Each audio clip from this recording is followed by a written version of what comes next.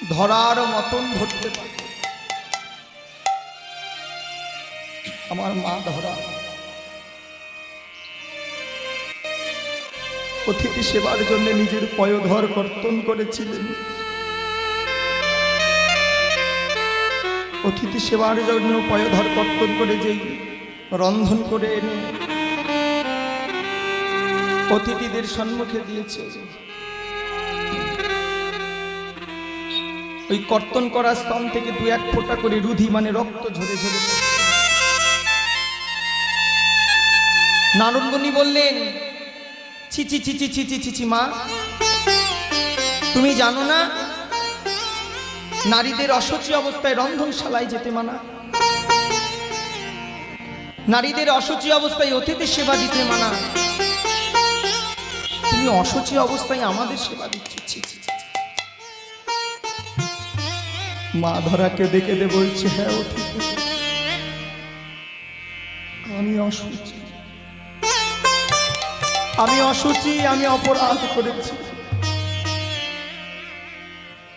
পাশে দাঁড়িয়েছিলে ধরার স্বামী দ্রোণ। দ্রোণ বললেন, অতিথি তোমাদের একটু ভুল হচ্ছে। কি ভুল? যাকে তুমি অসুচি বলে পরিচয় দিলে, সেই অসুচি নারীটাই তোমাদের এই অতিথি সেবার জন্যে পয়োধর কর্তন করে, সেই পয়োধর কর্তন করে তোমাদের জন্য ভিক্ষা করে এনে, বন্ধক দিয়ে এনে, সেই মুষ্টি দিয়ে তোমাকে রন্ধন করে।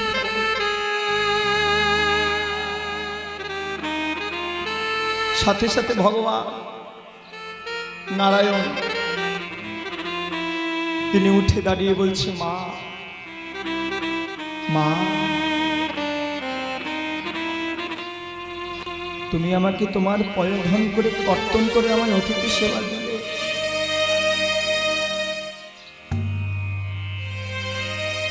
আমি তোমায় কথা দিচ্ছি মা, এই যে তুমি আমার জন্য পয়োধর কর্তন করলে, এই ঋণ আমি শোধ করে দেব। আমি এই ঋণ শোধ করে দেব। কি করব জানো মা গো? আজকে নয়, যেই দিন দাপর যুগে আমি কৃষ্ণ হয়ে গোপাল হয়ে যাব, দেবকী গর্ভে জন্ম নেব, কিন্তু পালিত হব তোমার কোলে, স্তনদুগ্ধ পান করব তোমার। সেদিন তোমার ওই কাটা স্তন আমার বদলে দিয়ে, আর তোমায় মা মা বলে ডেকে আমি তোমার মা বলে পড়া,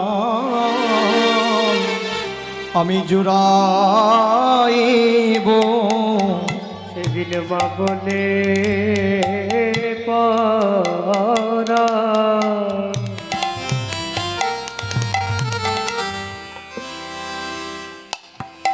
আমি জুড়াইব।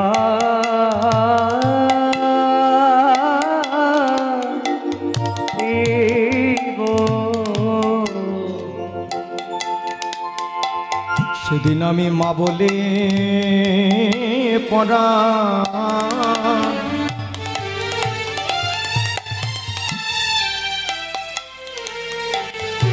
আমি পরাণ জুড়াইব।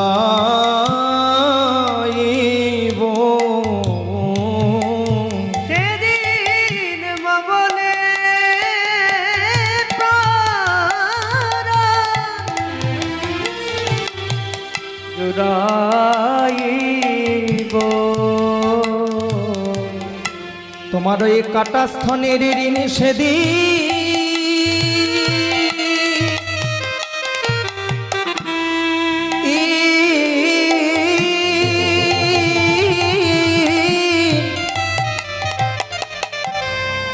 তোমার কাটা স্তনের ঋণ আমি শোধ করে দিব। সেদিন আমি মা বলে পড়া,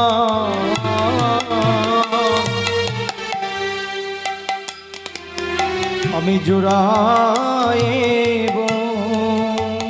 বলি কাটা স্তনের ঋণ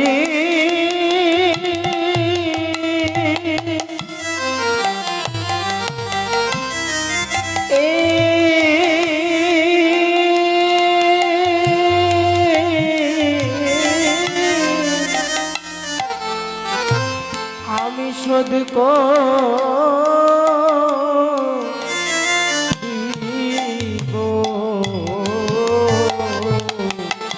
সেদিন মা বলে পরা আমি জুড়াইব, আকাশের ঋণ শোধ করিব। সেদিন মা বলে পরা আমি জুড়াইব, এদিন কাটাসনের ঋণ শোধ করিব। আমি মা বলে পরা জুড়াই, এদিন কাটাসনের ঋণ শোধ করিব। বলে পরাণ জুড়াইব, কাটাসনের ঋণ শোধ করিব। বলে পরাণ জুড়াইব। কাটাসনের ঋণ শোধ করিব। সেদিনে আমি কাটা স্তনের ঋণ শোধ করে দেব। তা সেই দিন ভগবান মা ধরা কৃষ্ণকে বেঁধেছিলেন, ধরেছিলেন। তো ভগবানকে ধরার মতন ধরতে পারলে ভগবান আর কোনো দিনও ছিল না। ভগবান শ্রীকৃষ্ণের আবির্ভাব লীলা বা জন্ম।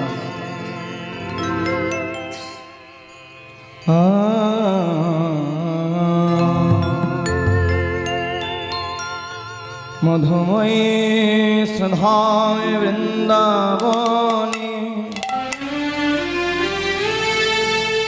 আকাশ মধুর বাতাস মধুর, কীট পতঙ্গ গুলমলতা স্থাবর জঙ্গম, সকলে সকলে মধু।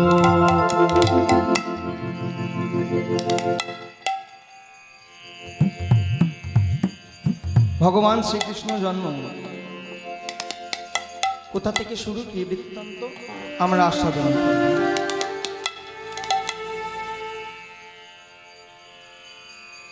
রাজা ছিলেন কংস মহারাজ। সর্বপ্রথম রাজা ছিলেন উগ্রসেন। উগ্রসেনের পুত্র মহারাজ কংস। কংস শিশুকালে মহাদেবের তপস্যা করে শিশুকালে বর প্রাপ্ত হয়েছিলেন।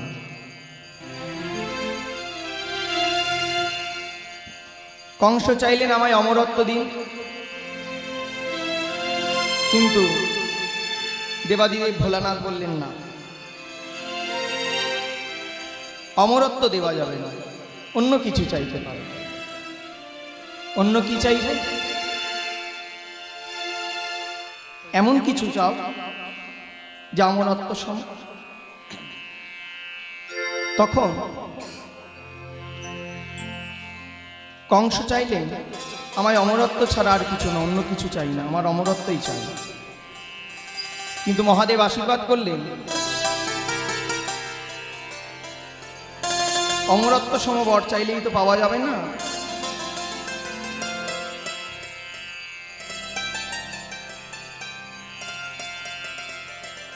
যেদিন তোমার পাপের ঘোড়া পূর্ণ হবে,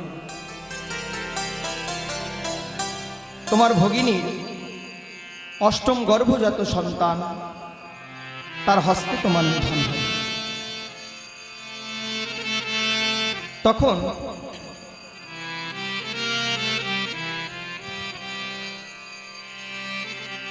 কংস মহারাজ শিশু ছিলেন।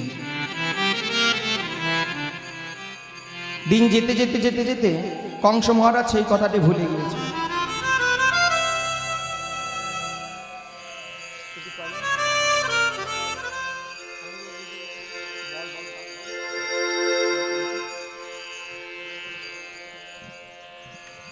মাইকম্যান দাদা একটু আসলে দেখা করবে। দিন যেতে যেতে কংস মহারাজ সেই কথা ভুলে গিয়েছে, কিন্তু এদিকে দেবকী আর বসুদেবের সম্বন্ধ ঠিক করা হলো বিবাহ দেবার জন্য। ধুমধাম করে মহাসমারোহে সেই বিগ্রহ অনুষ্ঠিত হলো। সেই বিবাহ অনুষ্ঠিত হলো। তারপর কংস রথে চড়ে ভগিনী দেবকীকে রেখে আসতে গেলেন তার শ্বশুরালয়।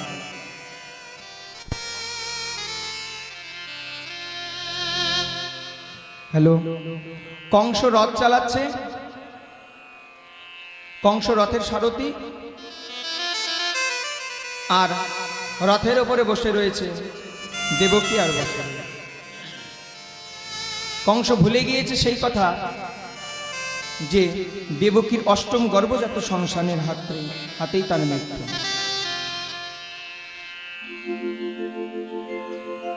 সে কথা ভুলে গিয়েছে কংস।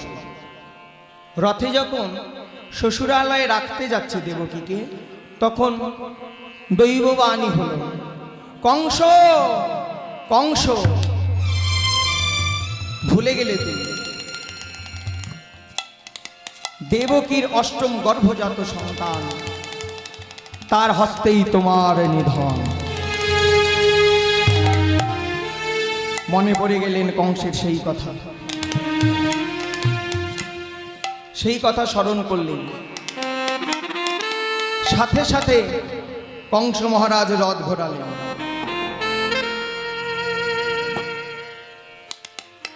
দেবকীকে বলছেন, তোকে আর শ্বশুরালয়ে রাখবো না,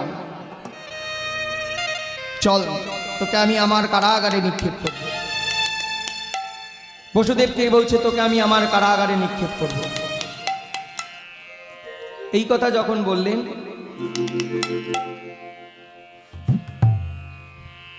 কংস মহারাজ বসুদেবের কাছে যখন বললেন, তোমাকে আমি আমার কারাগারে বন্ধ করে রাখবো, এই কথা শুনে দেবকী বলছে, না না স্বামী, একই কথা বলছো, দাদার কথায় তুমি সায় দিও না। কংস মহারাজ বললেন, তোকে আমি বলেছি যখন কারাগারে নিক্ষেপ করব, তখন কারাগারেই নিক্ষেপ করব। এই বলে দেবকীর কেশ কর্ষণ করে নিয়ে গেলেন কারাগারে। কারাগারে নিয়ে গিয়ে বসুদেব আর কংসকে কারাগারে নিক্ষেপ করলেন। যখন কারাগারে নিক্ষেপ করলেন, কারাগারে নিক্ষেপ করে কংস মহারাজ প্রহরীদেরকে বলে রাখলেন, প্রহরী বলে রাখছি, যখন দেবকীর একটা একটা করে সন্তান হবে, প্রত্যেকটা সন্তানই তুমি আমার কাছে নেবে।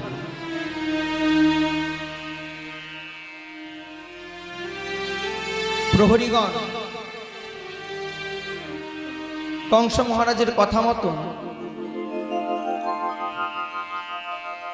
যখন একটি একটি করে সন্তান হয়, সেই সবগুলি সন্তান কংসের কাছে তুলে দেয়। আর কংস মহারাজ হট্ট হট্ট হাসতে হাসতে এক একটি সন্তানকে নিয়ে বললে, আছাড় মেরে মেরে মাটিতে ফেলে, আর এক একটি করে সন্তানের মৃত্যু হয়। আর নিনাদ আকারে হাসতে হাসতে বলে, কই আমি তো মরিনি, আমি তো মরিনি, আমি তো মরিনি, আমি তো মরিনি।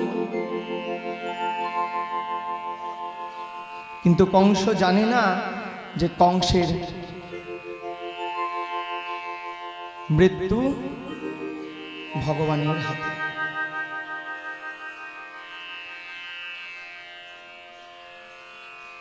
এইবার এক একটি করে সন্তান হতে হতে 6 জন হয়ে গেল। সপ্তম গর্ভ যখন পূর্ণিত হলো, দেবী যোগেশ্বরী যোগমায়া তার কৃপা বলে সপ্তম গর্ভের সন্তান রোহিণী দেবীর গর্ভে স্থানান্তরিত করলেন। তিনি হলেন হলধর সংকর্ষণ শক্তি অবধূত বলরামচন্দ্র। ভগবান এটিকে মায়াদি বুঝতে দিলেন না কাউকে। অবশেষে যখন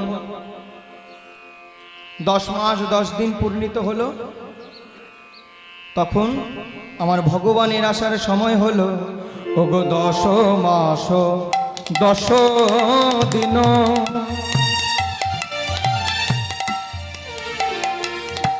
কিবা পরিণীত হইল। আরে 10 মাস 10 দিন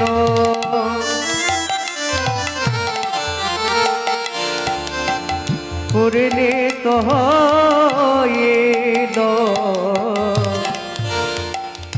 সেই শুভ দিনে শুভক্ষণে আহা দেব জন্ম নিল। এই শুভ দিন শুভ লগ্নে জন্মনিত হইল। সেই শুভ দিনে আবির্ভাব হলো। শুভ দিনে তার আবির্ভাব হলো। শুভ দিনে তার আবির্ভাব হলো। শুভ দিনে তার আবির্ভাব হলো। আমার পরমেশ্বর চতুর্ভুজ নারায়ণ সেই শুভক্ষণে আবির্ভাব হলো। পরমেশ্বর চতুর্ভুজ নারায়ণ সেই শুভক্ষণে আবির্ভাব হলো। পরমেশ্বর চতুর্ভুজ নারায়ণ শুভ দিনে তার আবির্ভাব হলো। পরমেশ্বর শ্রীনারায়ণ শুভ দিনে তার আবির্ভাব হলো। পরমেশ্বর শ্রীনারায়ণ শুভ দিনে তার আবির্ভাব হলো। পরমেশ্বর শ্রীনারায়ণ শুভ দিনে তার আবির্ভাব হলো। ভগবান যখন জন্ম নিলেন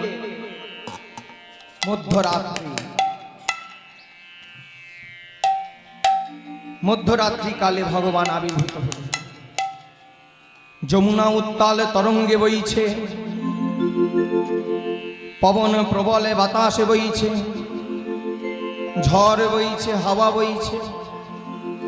এমন সময়ে ভগবান এই আবির্ভূত হলেন।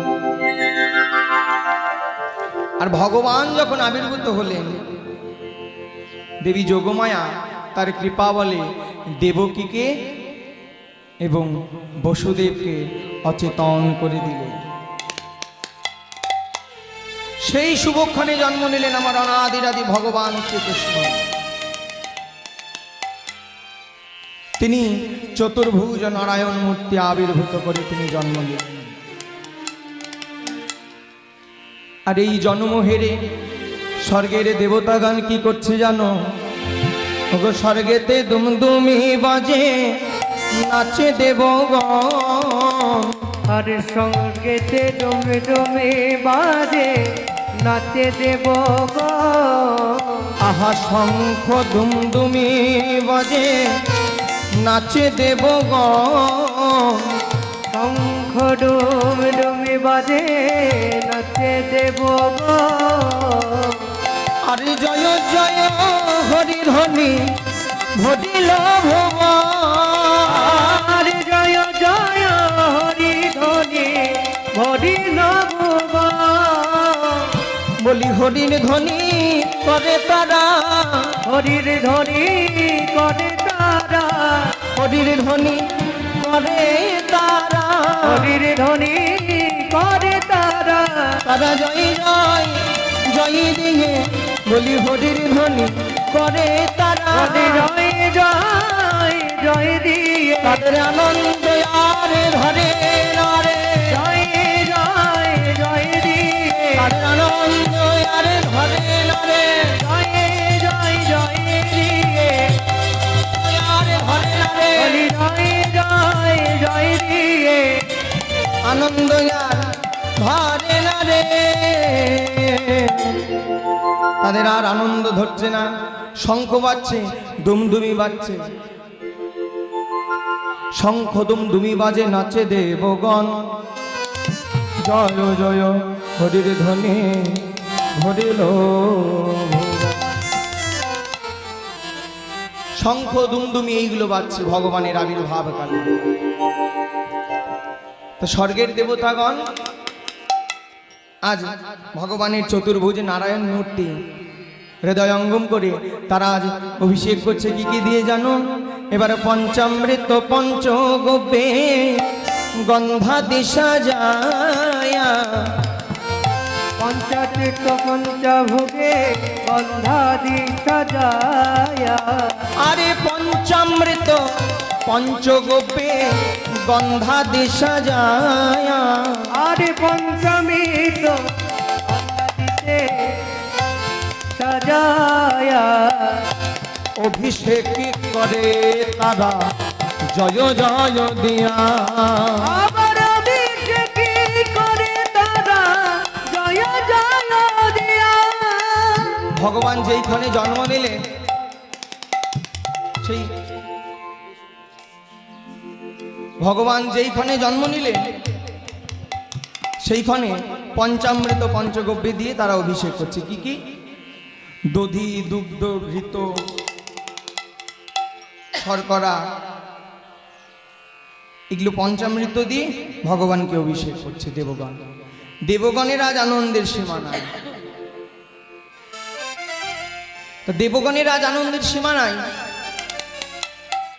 ভগবানের যখন জন্ম হলো তখন শুধু দেবকী বসুদেব অচেতন নয়, তখন সকলেই অচেতন। মানে কারাগারে যত প্রহরী আছে তারা সকলেই অচেতন হয়ে আছে। যোগমায়ার যোগ বলে সকলেই অচেতন হয়ে রয়েছে। বসুদেব এমন সময় চেতন ফিরে পেয়ে দেখছে ভগবান চতুর্ভুজ নারায়ণ রূপী সন্তান আবির্ভূত হয়েছে। তিনি আবির্ভূত হয়েছেন। বসুদেব দেবকীকে ডাকছে, দেবকী দেখো দেখো, আমরা ভেবেছিলাম আমাদের না জানি কত কষ্ট আছে, কিন্তু আমার এই সন্তানের বদন দর্শন করে আমার কি মনে হয় জানো, আমাদের আর কোনো কষ্ট রইবে না গো। আমাদের কোনো কষ্ট রইবে না গো, কোনো কষ্ট রইবে না গো। ওই সন্তান বদন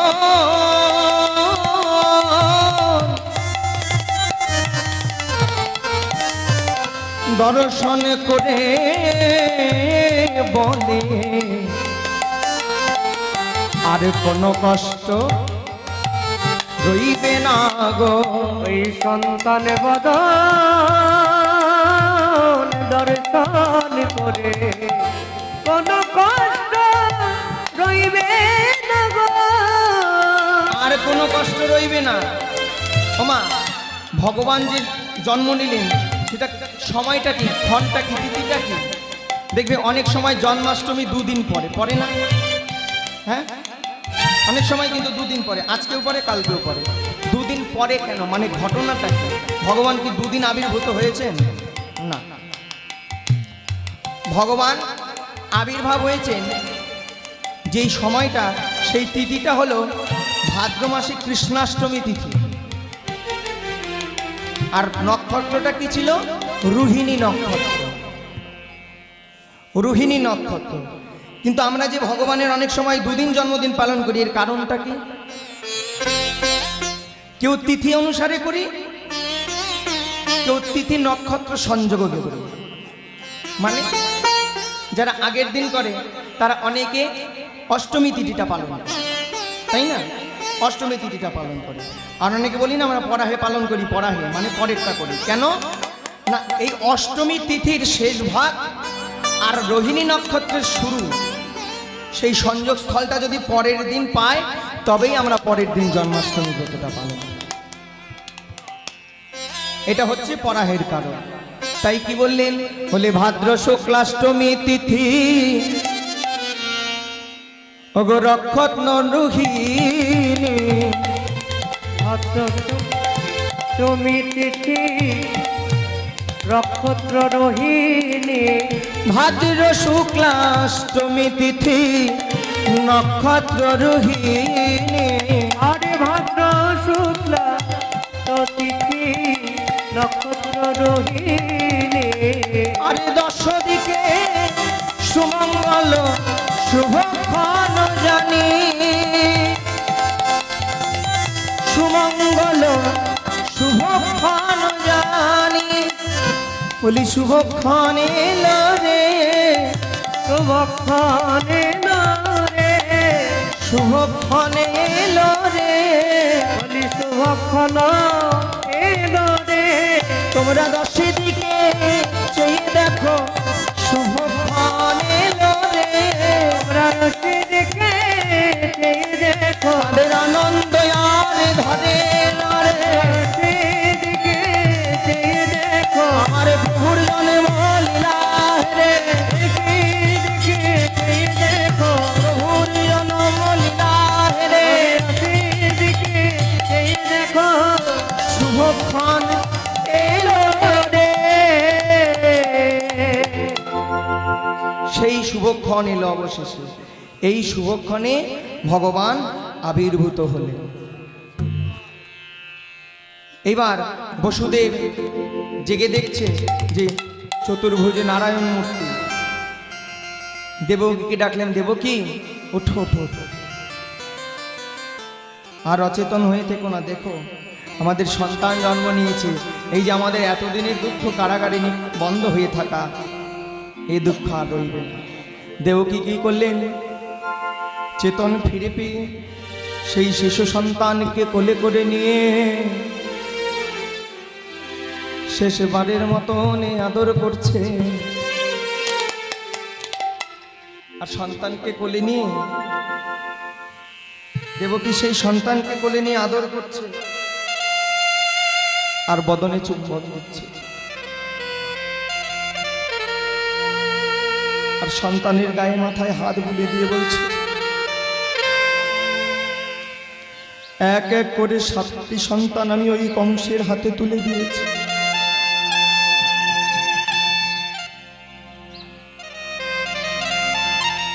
আমার হৃদয়টা কি বলছি বলো একটি সন্তানও কি আমি পালন করতে পারবো না আমার এই সন্তানটাকেও দাদার হাতে তুলে দিতে হবে আমি কি মা ডাক কোনোদিনও শুনতে পারবো না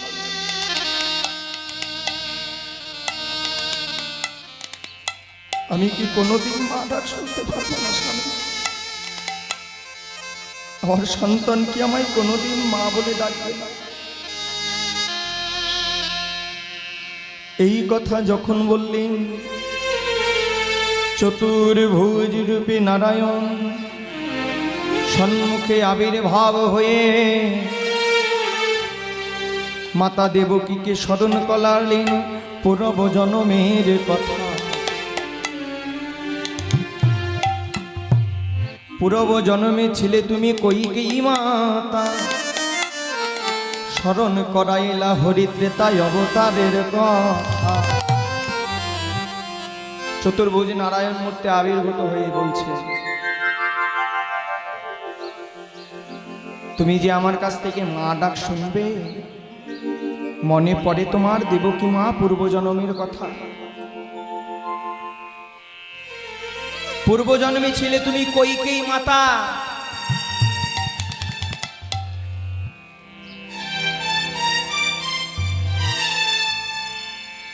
মন্থরার কথা শুনে তুমি আমাকে বনবাসে পাঠিয়েছিলে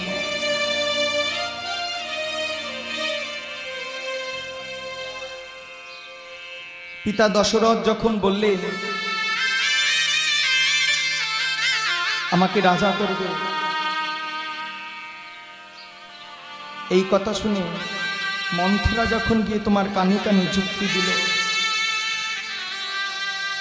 মন্থরা যখন তোমার কানে কানে যুক্তি দিল তোর সন্তানকে রাজা না করে কৌশল্যার সন্তানকে রাজা করছে ছি ছি ছি মন্থরা কোনো একটা উপায় কর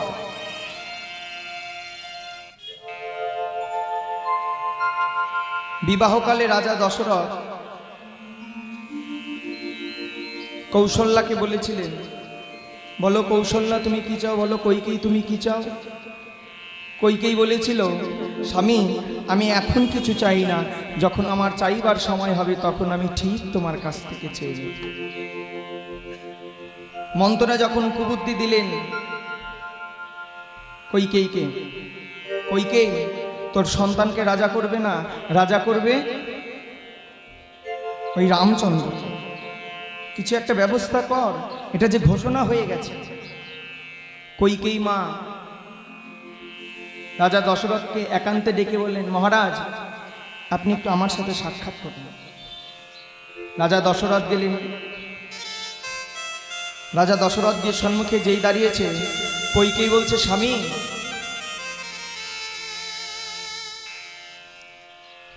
আমি আপনার কাছে একটি জিনিস চাই। আমার বিবাহের পরে আপনি আমায় বলেছিলেন আমি আপনার কাছে কি চাই। সেদিন তো চাইনি, সেদিন বলেছিলাম আমার যেদিন চাওয়ার আমি সেদিন চেয়ে নেব। তা আজ আমি আপনার কাছে একটি জিনিস চাইবো, স্বামী আমায় দেবেন? কি কি চাও বলো কইকেয়ী? আপনি আমার সন্তানকে রাজা করুন। দশরথ বললেন, এ তো সম্ভব নয়। আমি তো বলে দিয়েছি, আমি ঘোষণা করে দিয়েছি যে রামচন্দ্র রাজা হবে।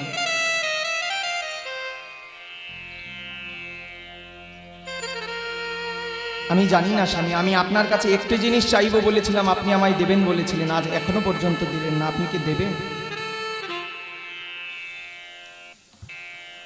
রাজা দশরথ ভাবলেন, কথাটা যদি না দেই তবে আমার গায়ে একটা কলঙ্কের দাগ লেগেছে। তবে আমি রামকে কি করব বলো কইকেয়ী? তবে আমি রামকে কি করব? কেন মহারাজ, রামকে 14 বছরের জন্য বনবাসে পাঠিয়ে দিই? কইকেয়ীর কথা মতন এই কথা জানানো হলো রামকে, রাম তুমি বনবাসে যাও। রাম লক্ষ্মণকে নিয়ে যখন বাহির হবে, রাম প্রথমে একা একাই যেতে চাইছে, কিন্তু লক্ষ্মণ গিয়ে আগে দাঁড়ালেন, না দাদা তোমাকে আমি যেতে দেব না, তুমি যদি আমায় সাথে নাও তবে তুমি যেতে পারবে, তার আগে নয়। তখন রামচন্দ্র অগত্যার কোনো উপায় না পেয়ে লক্ষ্মণকে নিয়ে পথে বাহির। ভরত তখন ছিলেন না, ভরত তখন ছিলেন মাতুলালয় অর্থাৎ মামার বাড়ি। রামচন্দ্র বনবাসে চলে গেলেন। ভরত ঘরে আসলেন। ভরত রাজবাড়িতে প্রবেশ করে দেখছে রামচন্দ্র নেই। জিজ্ঞেস করলেন, রামচন্দ্র কোথায়? রামচন্দ্র বনবাসে গিয়েছে। তাহলে রাজা কে হয়েছে? রাজা হয়েছ তুমি। সাথে সাথে ভরত বললেন, আমার রাজ্য সুখের কোনো প্রয়োজন নাই, যেখানে আমার দাদা রামচন্দ্র নাই সেখানে আমার রাজ্য সুখের কোনো প্রয়োজন নাই। থাকবো না আমি এই রাজ্য পাট নিয়ে, থাকো তুমি তোমার রাজ্য নিয়ে, আমিও চলে যাব দাদার সাথে বনবাসে। ছুটে চললেন ভরত। ভরত গিয়ে রামকে বলছে, দাদা আমার যে রাজ্য সুখ চাই না, আমি রাজ্য সুখ চাই না, আমি তোমাকে চাই দাদা। চলো না দাদা আমার সাথে ঘরে ফিরে চলো, চলো আমার সাথে ঘরে চলো। রামচন্দ্র বললেন, না ভাই, আমি যদি ঘরে ফিরে যাই তবে যে পিতৃবাক্য লঙ্ঘন হবে, আমি যদি ঘরে ফিরে যাই পিতৃবাক্য লঙ্ঘন হবে। ভাই তুমি গিয়ে রাজ্য সুখ পরিচালনা করো, আমি বনবাসী। এই কথা যখন বললেন,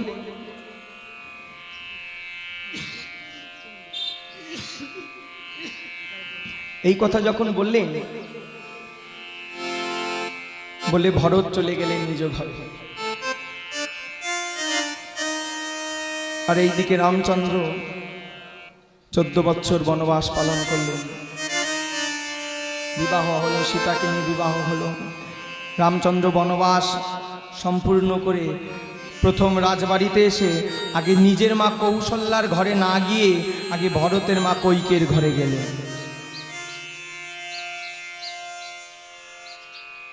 ভরতের মা কৈকের ঘরে গেলেন।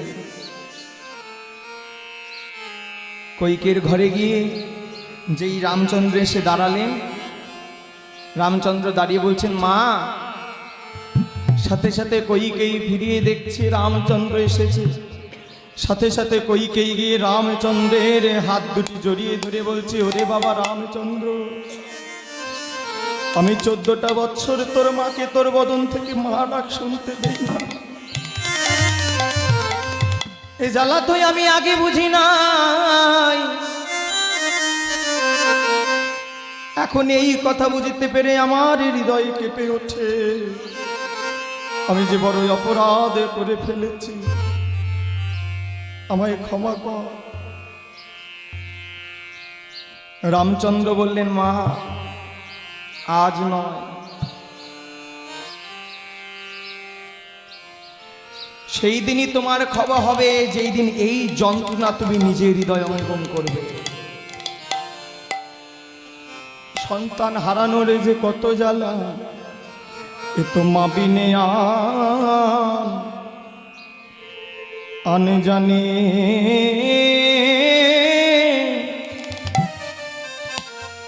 আনে জানে না রে। এ তো মা বিনে আন জানে,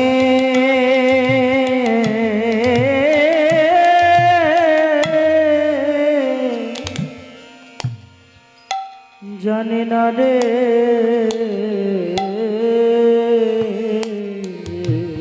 এ তো মা বিনে মা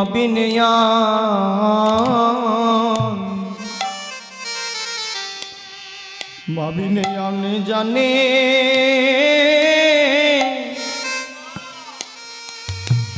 আনে জানে না রে। এ তো মা বিনে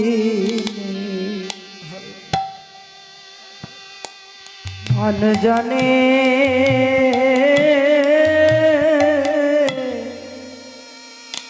জানে না রে।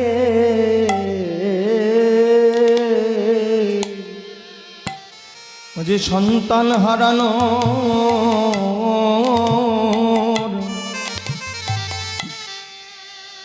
হারানোর কি বেদনা,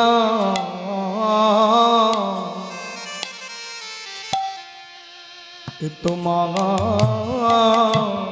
বিনে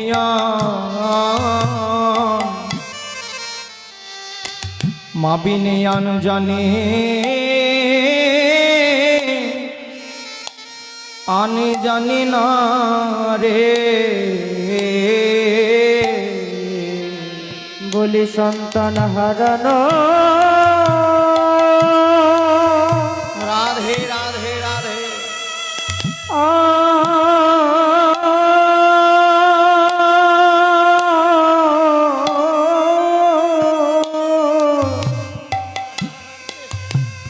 এই যে কত কত বেদনা,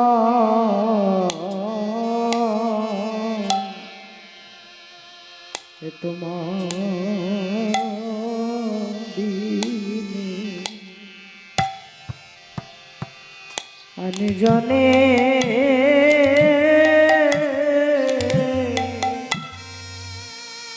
আনে জানে না গো।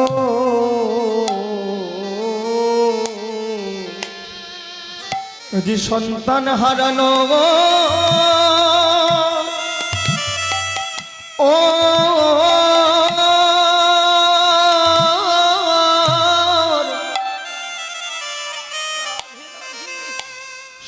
সন্তান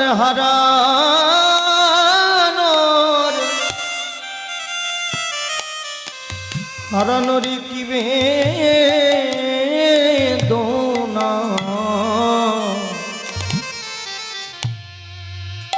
এ ব্যথা যে মা বিনে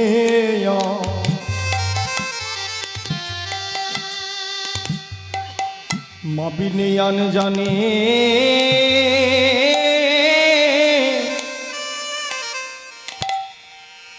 আন জানে না রে, বলি সন্তান হারানো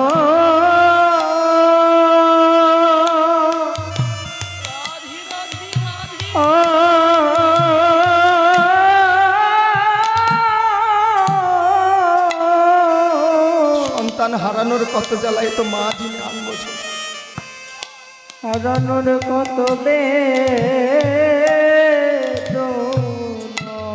যেই মা অকালে সন্তান হারায় সেই মা ছাড়া কি এটা আনবো মা, মা বিনে মা ছাড়া কে আন জানে না, অনজানে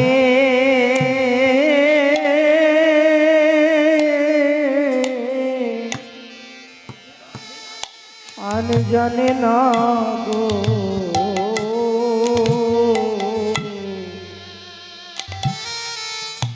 বলি সন্তান হারানো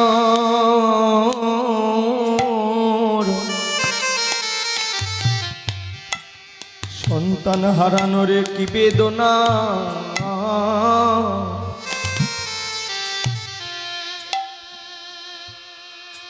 কথাটা বলতে গিয়ে মনে পড়ে গেল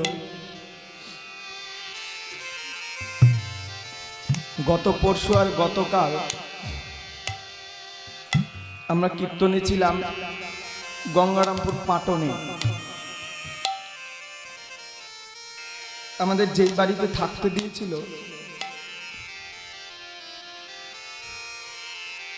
ওই বাড়িতে একজন বয়স্ক মা আর একজন বয়স্ক বাবা রয়েছে।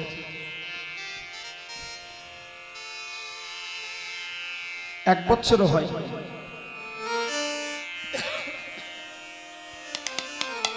ছেলেটির ৩৫ বছর বয়স।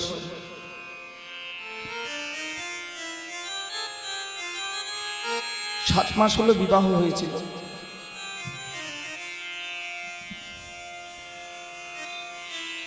সেই সন্তানটি একটা অ্যাক্সিডেন্টে মারা যায়। ওই বাড়িতেই আমাদের থাকতে দিয়েছিল। আমি যখন গিয়ে তাকে মা, প্রথমে বাড়িতে যে বাড়িতে থাকতে দিয়েছে বাড়িতে ঢুকেই তো সেই মাকে মা বলে ডেকেছি। আমি ঢুকে যখন দরজা খুলে আমি যখন মা বলে ডেকেছি, ওই মাটা এসে আমার দুটি হাত জড়িয়ে ধরে আমার গলা জড়িয়ে ধরে খুব কাঁদছে আর বলছে, বাবা আমি 1 বছর পর মা ডাক শুনলাম, আমি 1 বছর কোনো মা ডাক শুনিনি।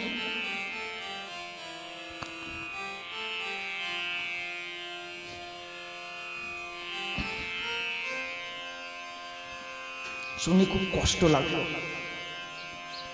কিছুদিন হলো তো তার ছবিটা দেখলাম, আমাদের যেখানে আমরা থাকতে দিয়েছি যেই ঘরে ওই ঘরে ছবিটা আছে। খুব কষ্ট হলো। ছেলেটি এখন যেখানেই থাকুক না কেন ভালো থাকুক। তার স্ত্রী সেই বিবাহ করেছিল যে তিনি সেই শ্বশুর শাশুড়িদের উপরে কেস করেছিলেন। কেস করে টাকা নিয়ে সে বিয়ে হয়েছিল, সেও চলে গিয়েছে। আর ওই বৃদ্ধ বাবা মা দুটো ওই মাছ ধরার যে জালের গুটি হয় না, যে মাটি দিয়ে যে বানায় এমন এমন করে ওইগুলো বানায়। আমি দেখলাম বসে বসে বানাচ্ছিল, তো খুব কষ্ট। তো এই বেদনা কি আনজনে বুঝবে? এই বেদনা তো আনজনে বুঝবে না। যেই মায়ের সন্তান হারিয়েছে বলি সে বিনে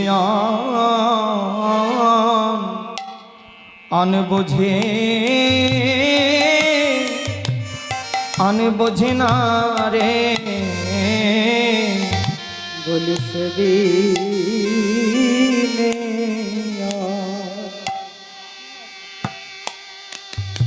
বোঝে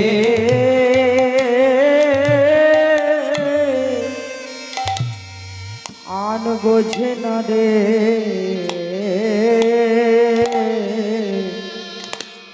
বলি সন্তান হারানো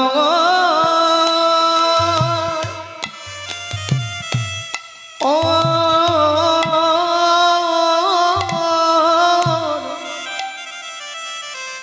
কি বেদনা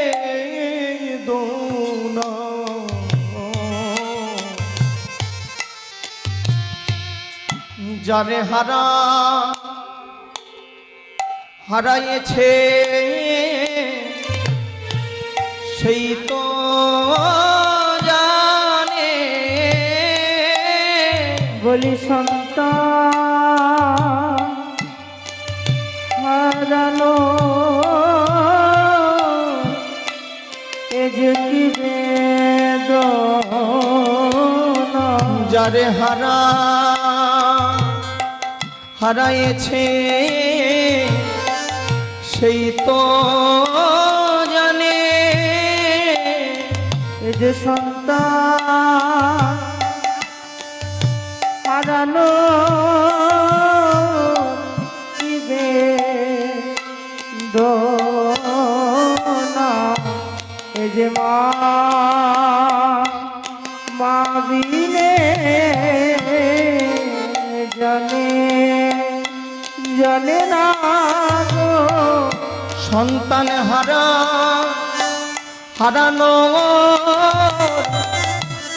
হারানোর কি বেদনা যে মা বিনে আন জানে না গো সন্তান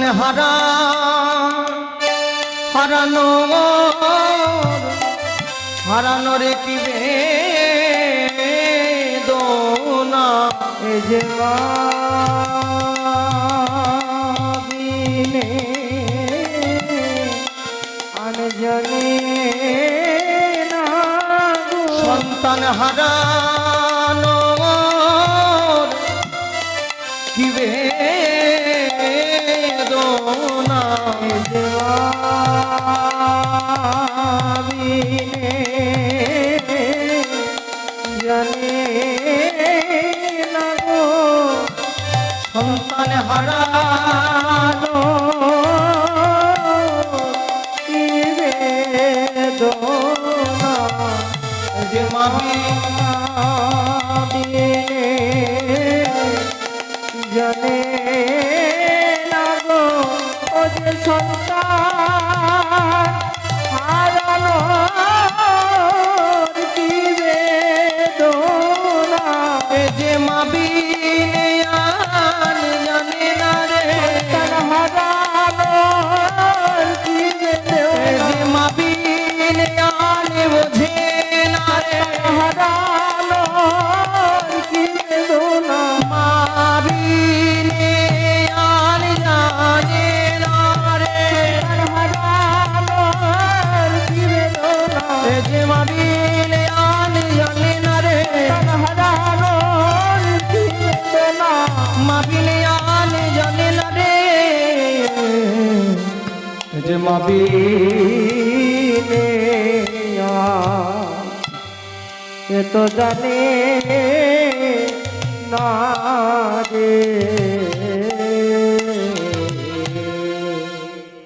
সেই কোলে সন্তানকে আদর করতে করতে রামকে যখন আদর করছে তখন রামচন্দ্র বলছেন কইকেই মা আমি তোমায় বলে রাখি এই যে এতদিন তুমি আমার মাকে মা ডাক শুনতে দাওনি আমিও তোমায় বলে রাখি যেই দিন তুমি আমায় কিছুক্ষণ আগে বললে না রাম তোকে যেন আমি সন্তান রূপে পাই তোর মতন সন্তান যেন প্রত্যেক ঘরে ঘরে হয় আমি তোমার গর্ভে জন্ম নেব আমি কথা দিলাম তবে আজ নয় আগত দাপর যুগে তুমি হবে দেবকী সেদিন তোমার গর্ভে আমি জন্ম নেব কিন্তু আমি তোমার কোলে পালিত হব না।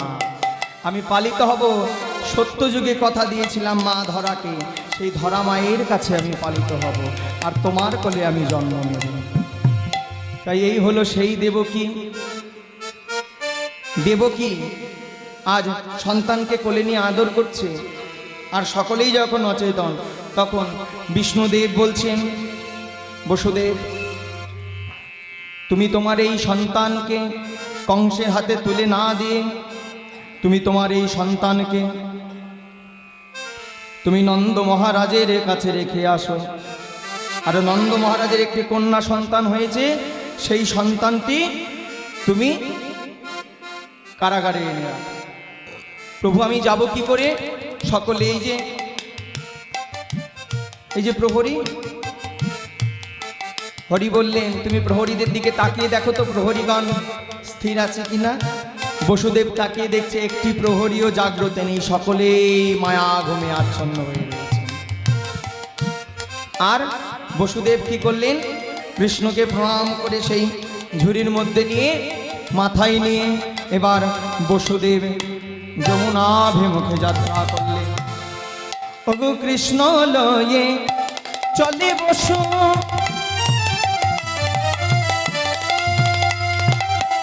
আহা চলে ধীরে ধীরে, কৃষ্ণ লয়ে চলে বসু,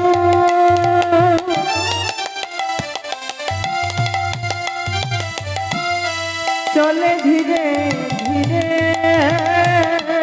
আর বাসুকিনাগ মস্তকেতে ছত্র ধরি রহে, বাসুকি নাগ মস্তকেতে ছত্র ধরে রহে।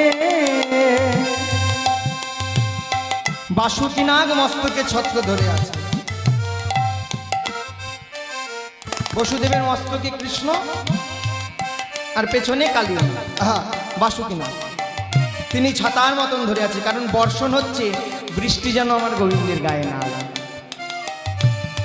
তাই ছায়া দিয়ে আছে। যেতে যেতে এবার যমুনার কাছে এসে বসুদেব দাঁড়ালেন। যেই যমুনার কাছে এসে বসুদেব দাঁড়ালেন, দেখছে যমুনা উত্তাল তরঙ্গে বইছে, যমুনার জলের ঢেউ উত্তালে তরঙ্গ হাইত হয়েছে। এই উত্তালে যমুনাকে দেখে বসুদেব মনে ভয় পেয়ে গেছে। যমুনা যদি এমন উত্তাল তরঙ্গে বয়, আমি এই উত্তাল যমুনা কেমন করে পার হয়ে যাব? আমি এই উত্তাল যমুনা পার হব কেমন করে? লীলা দর্শন করছে কৈলাসে বসে মহাদেব আর পার্বতী। তখন পার্বতী বলছে, বলি শঙ্করী কহেন শোনো হে আশুতোষ, মরতে যেতে হবে মোরে। আর শঙ্করী কহেন শোনো আশুতোষ, মরতে যেতে হবে মোরে। কৈলাসে বসে মহাদেব পার্বতী মহাদেবকে বলছে শঙ্করী, শঙ্কর মহাদেব, শঙ্করী হলো পার্বতী। শঙ্করী আশুতোষ, মহাদেবের আরেক নাম হলো আশুতোষ। মহাদেবকে বলছে, স্বামী গো আমায় যেতে হবে। কোথায় যেতে হবে? মরতে যেতে হবে। কি করবে? বলে ওই দেখো, বলি বসুদেবের মাথার উপরে দেখো দেখো গোপাল কোলেতে আছে।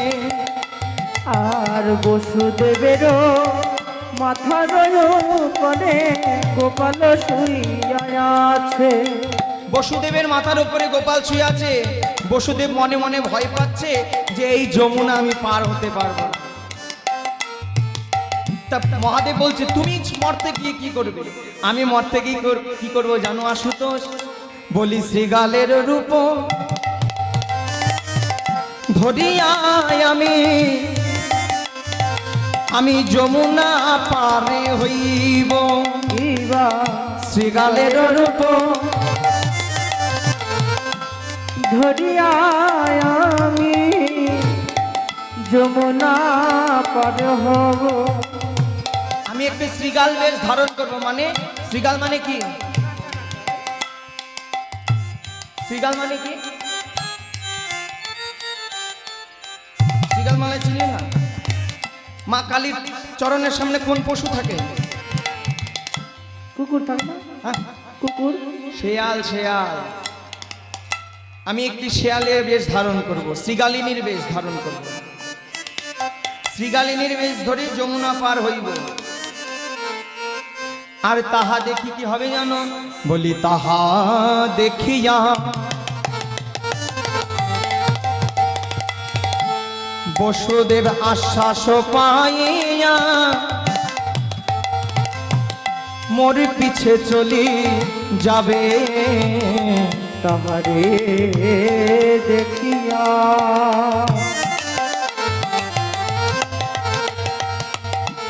বসুদেব আশ্বাস পাইয়া ওই যমুনা পার হবে। আমি আগে একটা শ্রীগালিনীর বেশ ধারণ করে যমুনা পার হয়ে যাব, পরে আমাকে দেখে বসুদেব যমুনা পার হবে। তাই যোগেশ্বরী যোগমায়া ঘটন অঘটন পটিয়সী তিনি শঙ্করী পার্বতী তিনি একটি শ্রীগালিনীর বেশ ধারণ করলেন, মানে একটা শেয়ালিনীর রূপ ধারণ করলেন। শিয়ালিনীর রূপ ধারণ করে যমুনার সম্মুখে এসেছে। আর যমুনা তো উত্তাল তরঙ্গ বইছে, বসুদেব মনে মনে ভয় পাচ্ছে, না জানি কি হয়। কিন্তু পার্বতী কি করলেন? ওই ধীরে ধীরে যমুনায় নামতে নামতে নামতে নামতে যমুনা দিয়ে পার হয়ে ওপারে উঠে গেলেন। আর বসুদেব চিন্তা করলেন, সামান্য একটা শেয়ালিনী যদি পার হতে পারে, একটা শেয়ালিনী যদি পার হয়ে যেতে পারে, আমি পারবো না? আমিও পারবো, কিচ্ছু হবে না। এই বলি একে পায়ে দুই পায়ে চলে বসুদেব, কিবা এক পায়ে দু পায়ে চলে বসুদেব।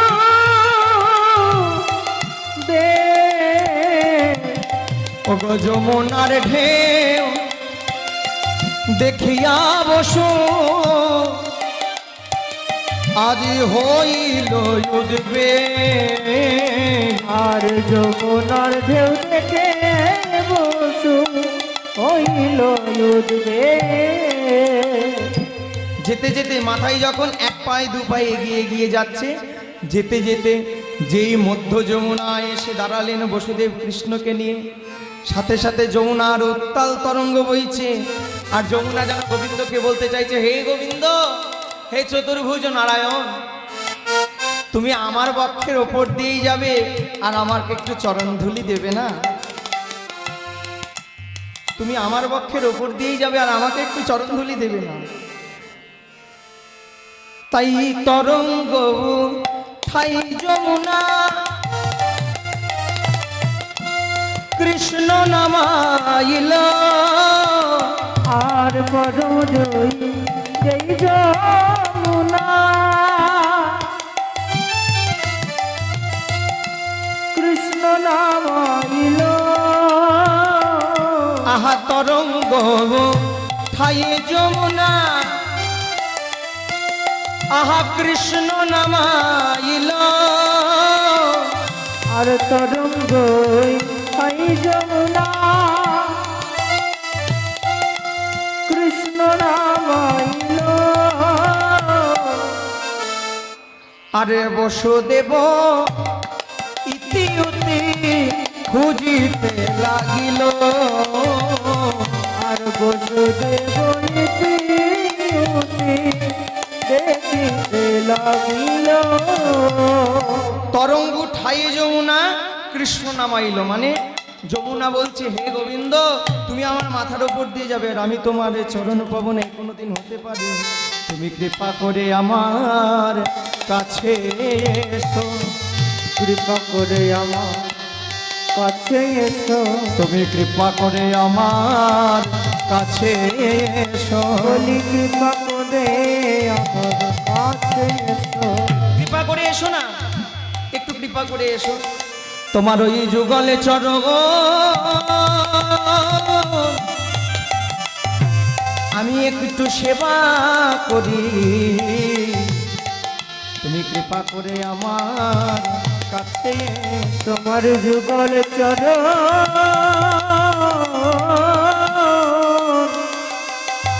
আমি সেবা করি, একবার কৃপা করে কাছে এসো। একটু কৃপা করে আমার কাছে এসো না।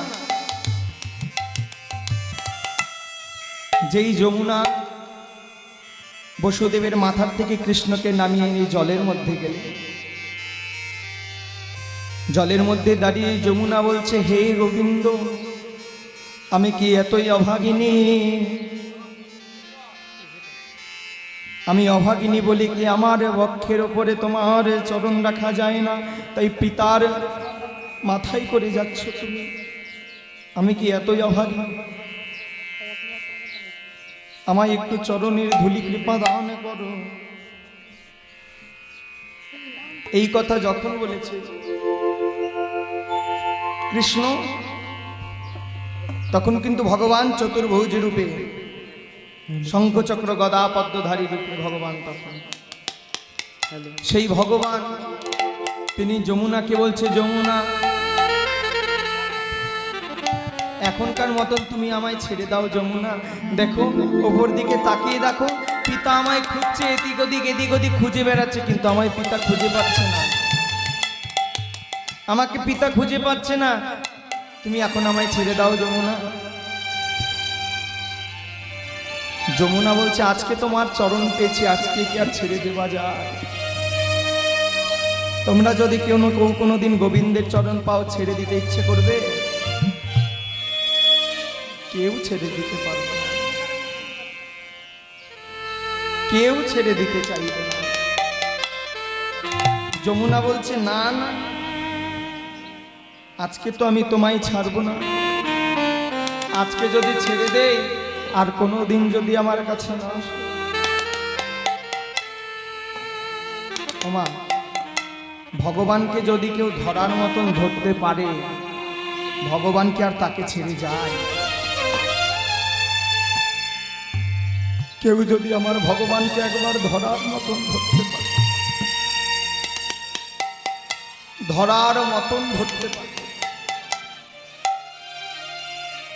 আমার মা ধরা অতিথি সেবার জন্য নিজের পয়োধর কর্তন করেছিলেন। অতিথি সেবার জন্য পয়োধর কর্তন করে যেই রন্ধন করে এনে অতিথিদের সম্মুখে দিয়েছে,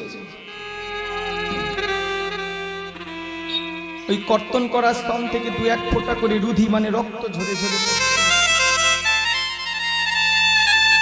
নারদমুনি বললেন, ছি ছি ছি ছি ছি ছি ছি ছি, মা তুমি জানো না নারীদের অসুচি অবস্থায় রন্ধনশালায় যেতে মানা,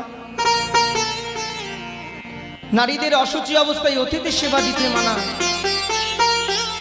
তুমি অসুচি অবস্থায় আমাদের সেবা দিচ্ছ? ছি ছি ছি।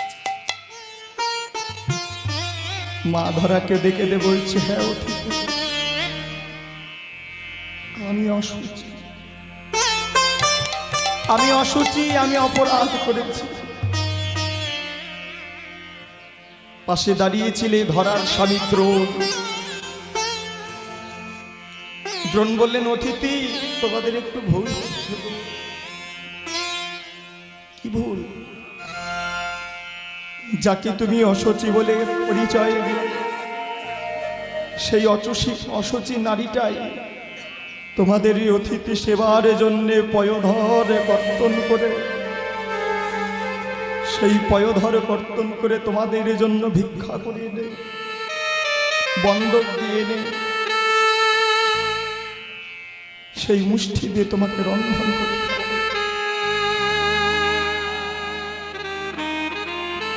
সাথে সাথে ভগবান নারায়ণ তিনি উঠে দাঁড়িয়ে বলছে, মা মা তুমি আমাকে তোমার পয়ধন করে কর্তন করে আমার অতিথি সেবা দিলে।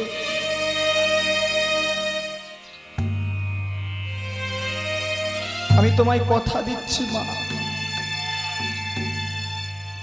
এই যে তুমি আমার জন্য পয়ধর কর্তন করলে, এই ঋণ আমি শোধ করে দেব। আমি এই ঋণ শোধ করে দেব। কি করব জানো মা গো? আজকে নয়, যেই দিন দাপর যুগে আমি কৃষ্ণ হয়ে গোপাল হয়ে যাব, দেবকী গর্ভে জন্ম নেব, কিন্তু পালিত হব তোমার কোলে, স্তনদুগ্ধ পান করব তোমার। সেদিন তোমার ওই কাটা স্তন আমার বদনে দিয়ে, আর তোমায় মা মা বলে ডেকে আমি তোমার মা বলে পড়া আমি জুড়াইব। সেদিন মা বলে পড়া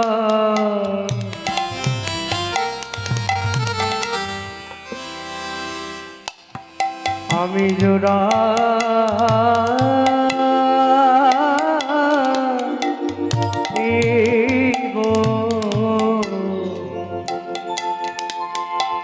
সেদিন আমি মা বলে পড়া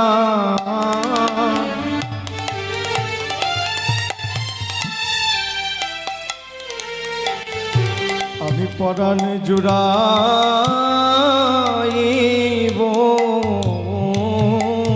সেদিন মা বলে পড়া জুড়াইব। তোমার ওই কাটা স্থনের ঋণ সেদিন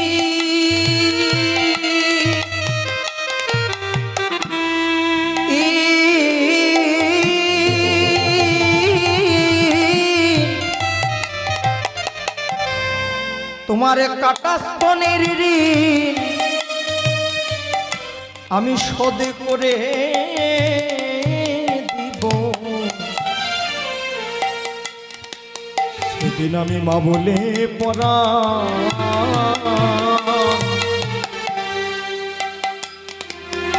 আমি জোড়াইব।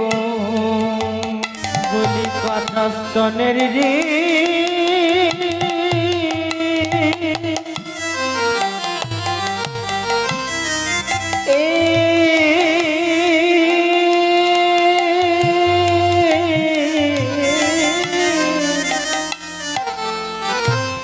আমি শোধ করিব।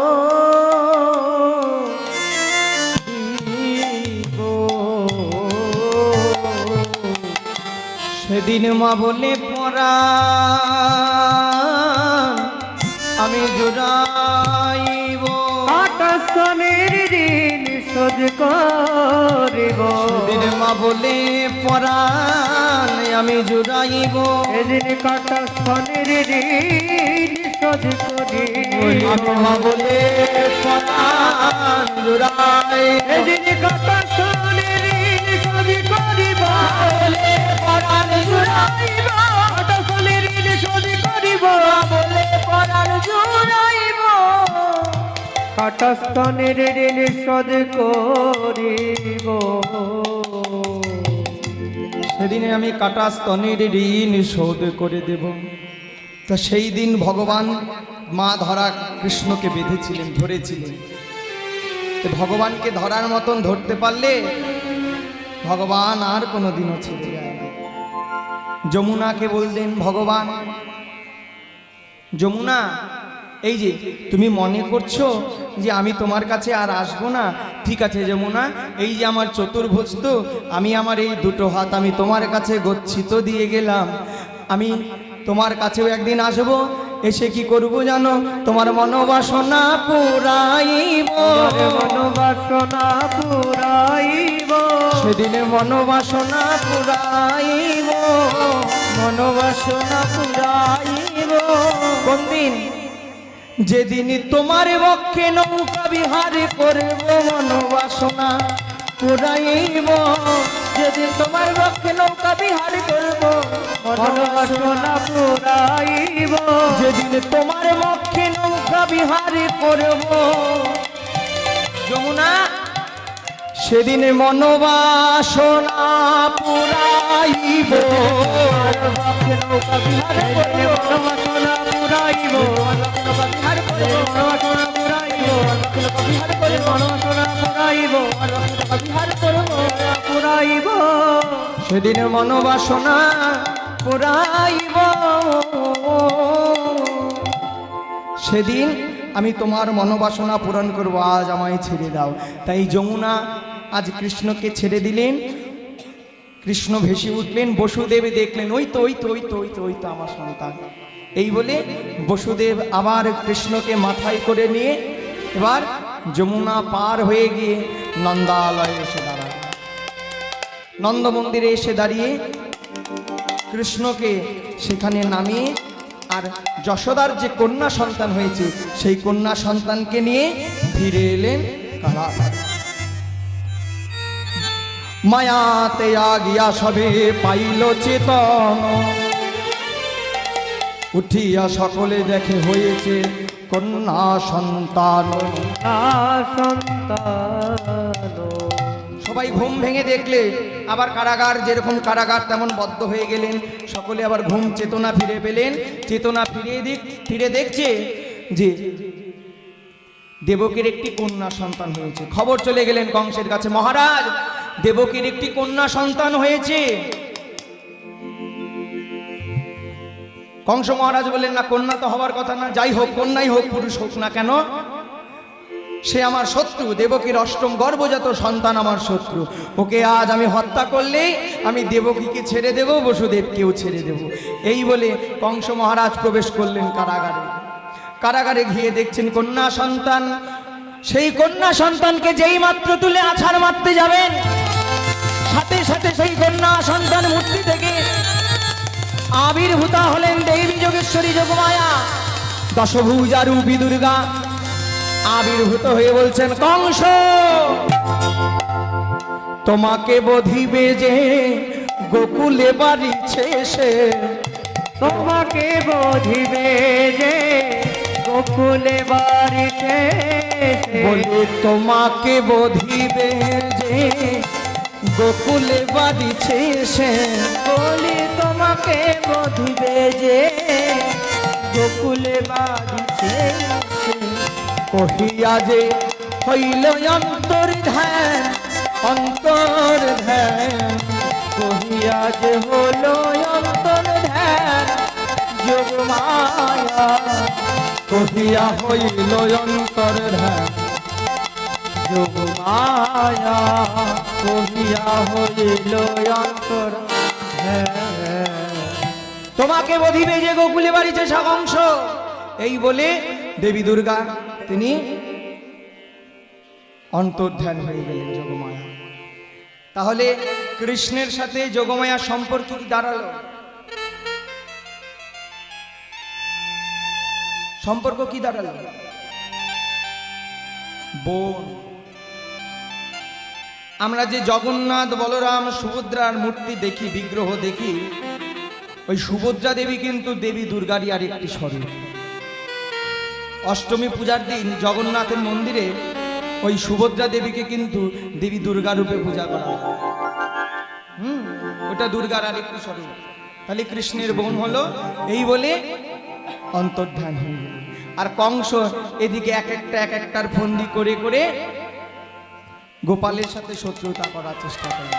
আর এদিকে যশোদার আঙ্গিনায় কি হয়েছে? যশোদা তো ঘুমিয়েছিলেন, কিন্তু চেতন ফিরে পেয়ে দেখছে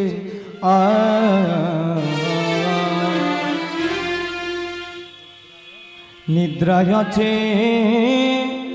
তন অচেতন,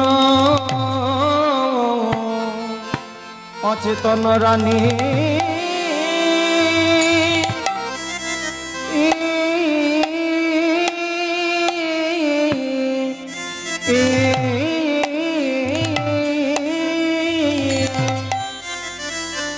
আরে কি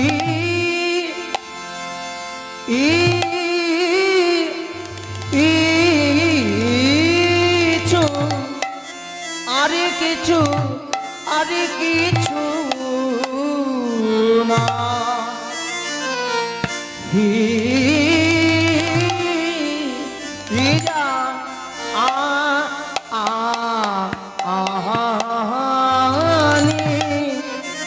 কিছু নাহি জানি রানী রে আহারে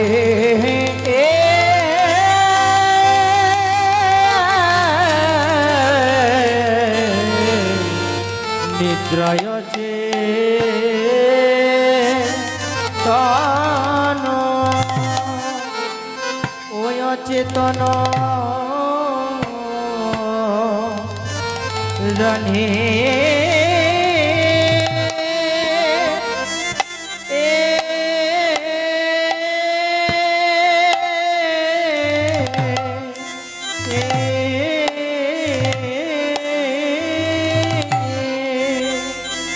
আরে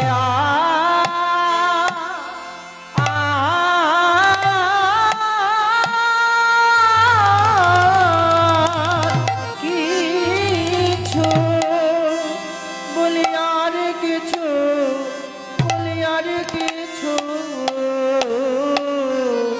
না হে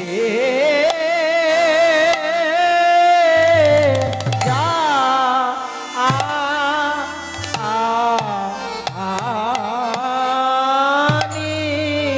রানী আজ চেতন পেয়ে পুত্র হ্যাঁ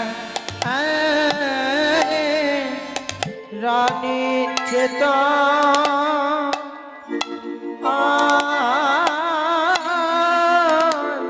চেতন পেয়ে পুত্র রানী চেতন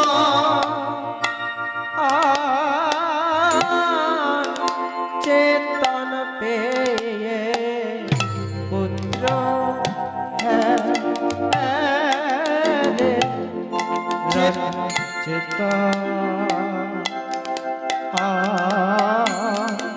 পেয়ে রানী পুত্র রানী পেয়ে চেতন পেয়ে পুত্র হ্যাঁ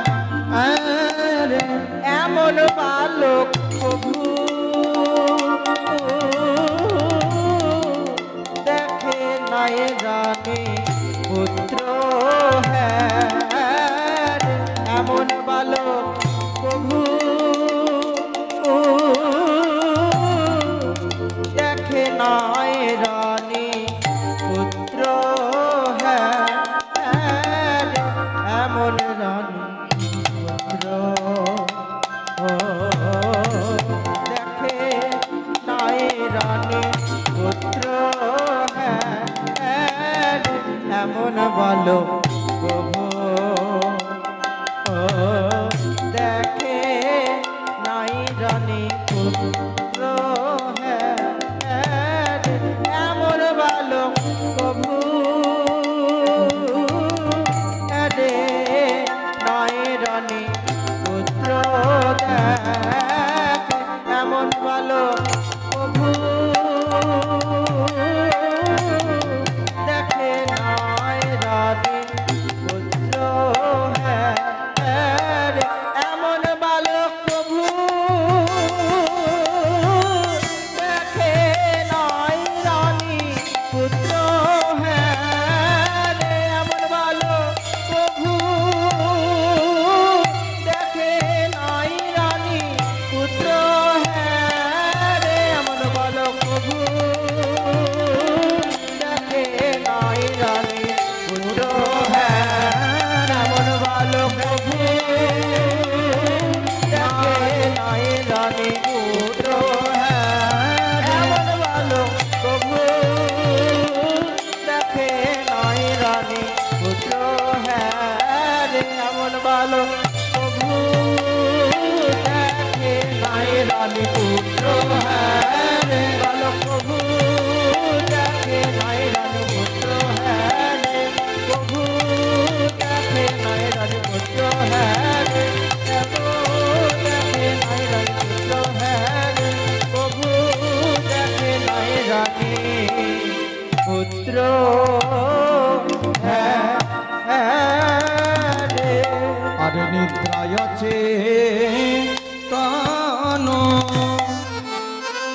নিদ্রায় অচেতন রানী কিছু নাহি জানে, নিদ্রায় অচেতন রানী কিছু নাহি জানে।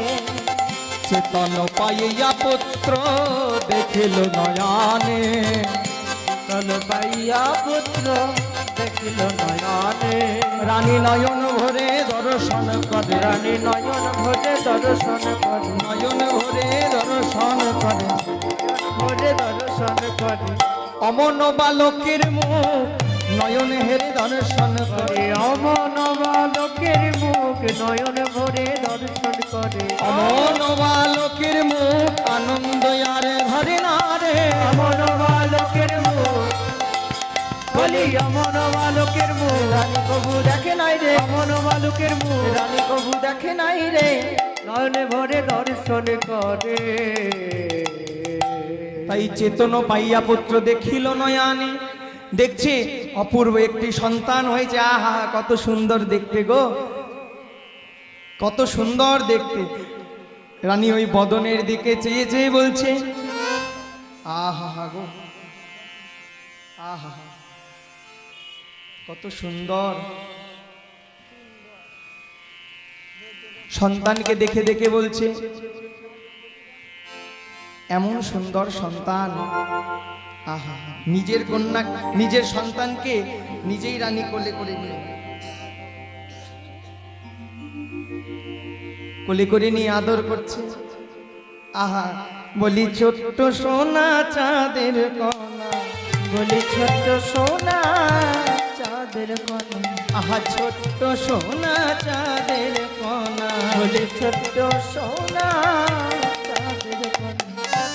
চাঁদের মতন বদন খানা, ছোট্ট সোনা চাঁদের কণা, ওই চাঁদের মতন বদন খানা, ছোট্ট সোনা চাঁদের ও মহারাজ, মহারাজ একবার এসে দেখে যাও।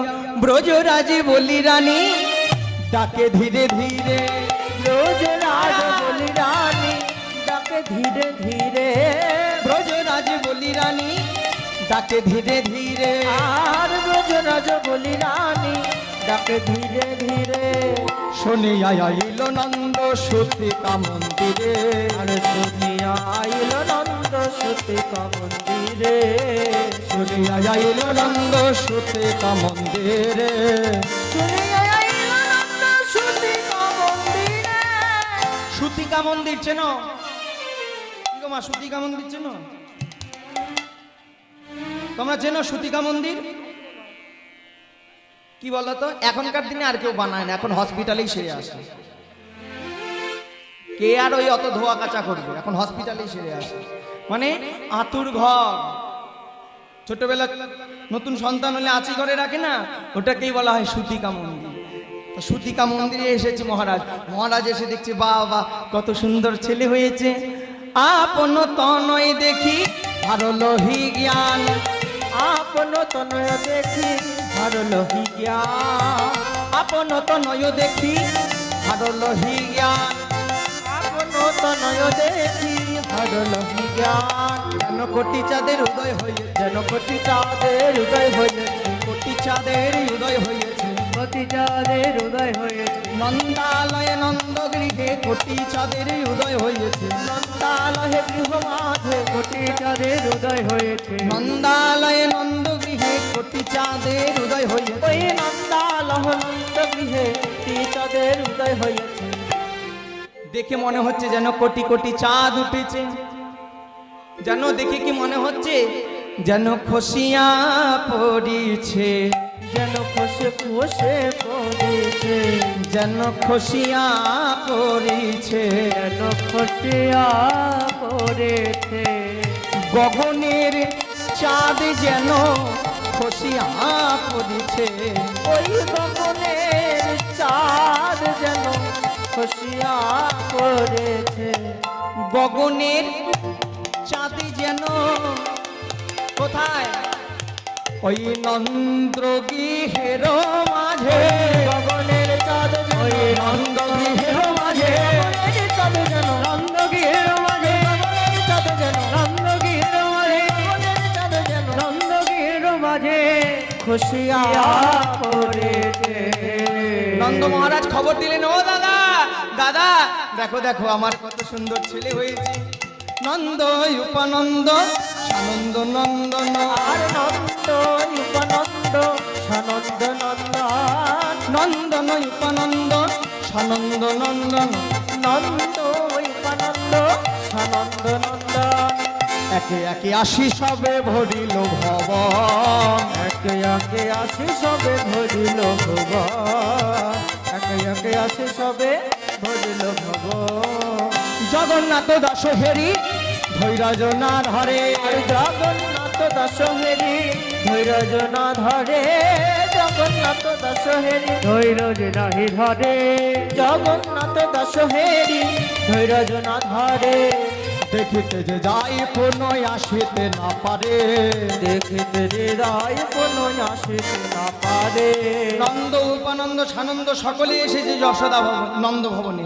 নন্দ ভবনে এসে সন্তানকে দেখে কেউ আর ঘরে ফিরে যেতে পারছে না। যে ওই সন্তানকে দেখতে যাচ্ছে সবাই আতুর ঘরের মধ্যে গোপালকে দেখে একদম স্থির হয়ে যাচ্ছে। এত সুন্দর সন্তান, কিন্তু এখন সন্তান হয়েছে, সন্তানকে তো অভিষেক করতে হবে। তাই আজ আনন্দ করে তারা সন্তান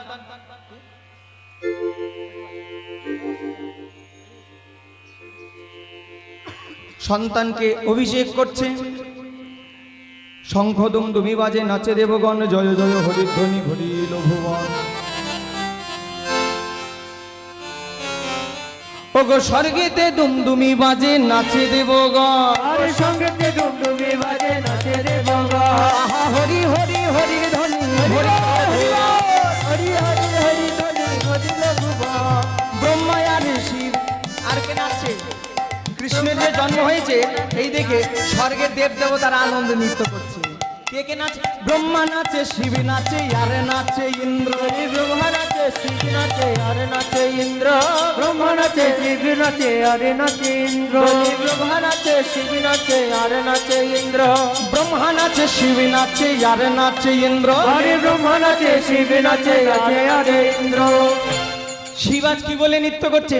বোম বোম নাচে রে, বম বম নাচে রে, বম বম নাচে রে, বম বম নাচে রে, বম বম বলে নাচে রে, বলে নাচে রে। হুঙ্কারে ছেড়ে ছেড়ে বোম বোম বলে নাচে রে। বলি হুঙ্কার ছেড়ে ছেড়ে বম বম বলে নাচে রে, হুঙ্কার ছেড়ে ছেড়ে বম বম বলে নাচে রে, হুঙ্কারে ছেড়ে ছেড়ে আনন্দ আর ধরে না রে, হুঙ্কার ছেড়ে ছেড়ে আনন্দ আর ধরে না রে, হুঙ্কার ছেড়ে ছেড়ে আনন্দ আর ধরে না রে, হুঙ্কার ছেড়ে ছেড়ে আনন্দ আর ধরে না রে, বম বলে নাচে রে।